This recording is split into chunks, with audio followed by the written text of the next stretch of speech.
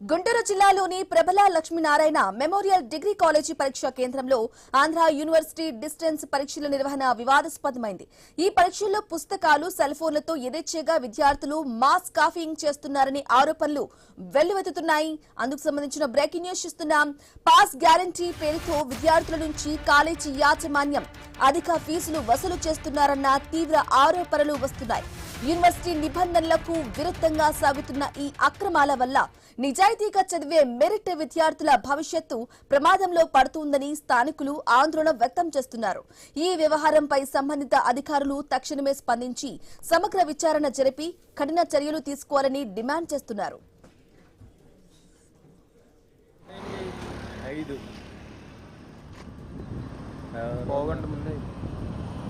5 దాకా రాసుకొని ఇస్తున్నారండి కదా.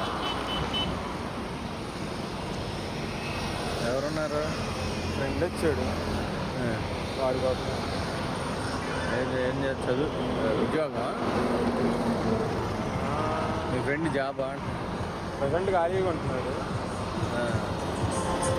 ఇలా అయిపోయాడు. మళ్ళీ ఇది కట్టాడు. మళ్ళీ కాబట్టి ఎంత అంట బ్రదరు ఫీజు? అది 20 అన్నాడు. మరి వాడు 20?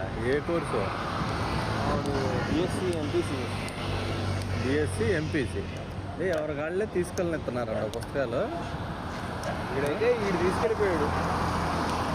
అంటే ఏం లేదు, వాళ్ళే చూసి రాసుకుని. అంటే నిన్నటి నుంచి జరుగుతున్నాయిగా. మొన్న ఏదో పోస్ట్పోన్ అయింది. మొన్న ఒకటి పోస్ట్పోన్ అయింది. మొన్న అయిందంటలే. మొత్తం 4 వీడు త్రోడీరు మరి త్రోడీరు రాస్తున్నాడు మా వాడు.